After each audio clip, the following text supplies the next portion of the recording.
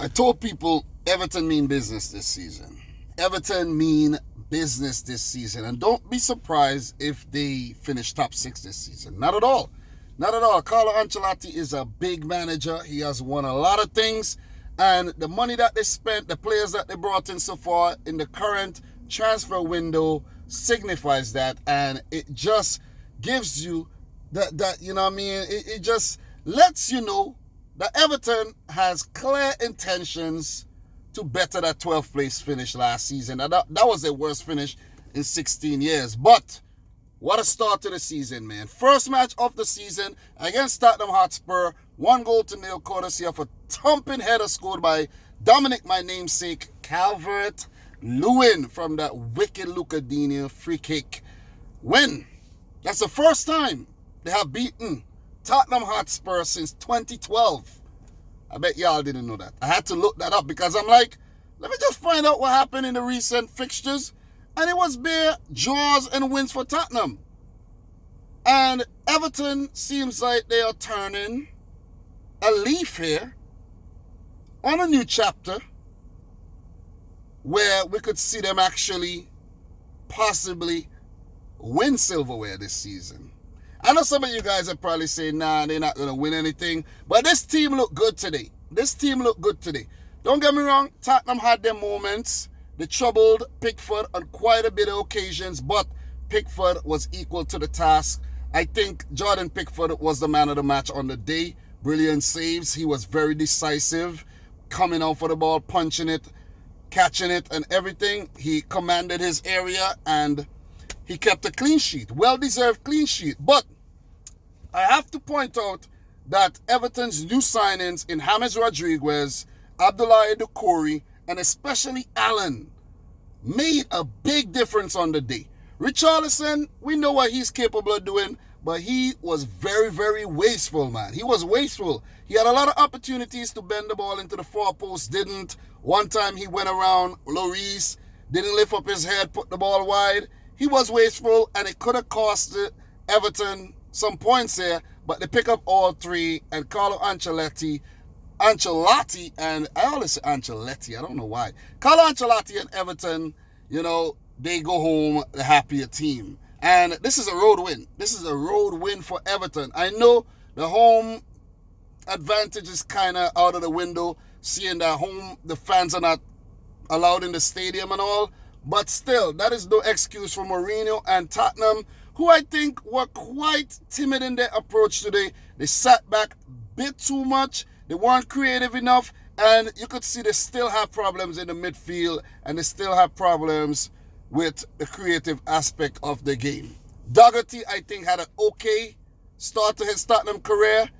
He had a chance that was saved by Pickford there, but overall, I don't think he managed. He didn't manage Richarlison well at all. Richarlison boss Doherty for almost the whole game, and he ran out of steam there in the end, was subbed off. Musa Sissoko came on, and he played a couple positions.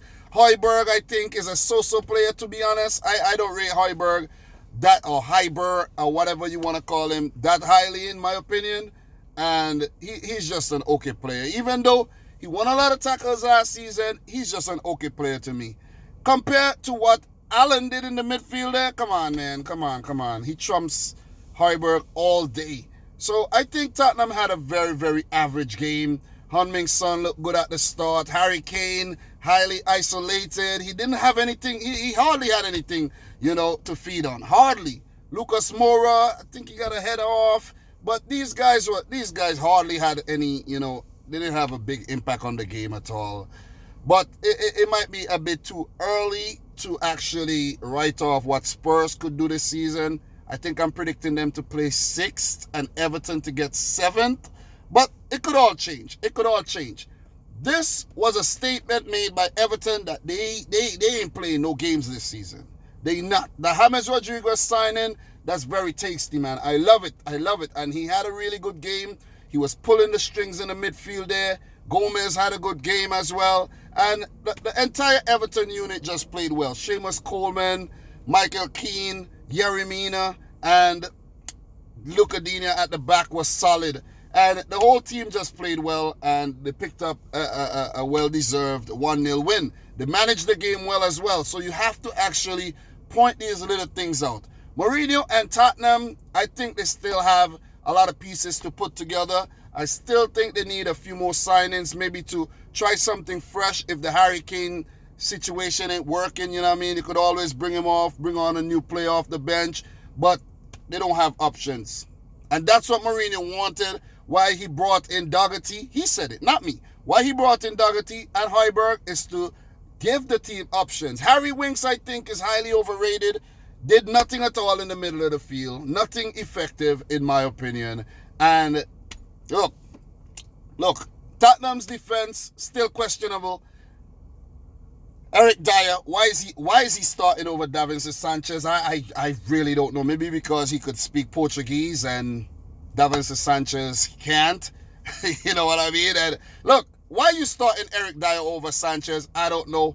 Alderweireld, Ben Davies, I think, is just an average player. Very, very average player. And look, Lloris, I think, is a very average keeper too. Has only won one club trophy in his career with Lille. Won the World Cup, but I don't think he's world class. See how Richarlison went around him? He got beaten by that Calvert-Lewin header. It's not his fault, but Tottenham should have defended that a bit better. They held the high line. The ball was curled in behind. Nobody picked up Calvert-Lewin, and he scored. You saw how many times Richarlison ran in behind. A lot of space. A lot of space. Too much space.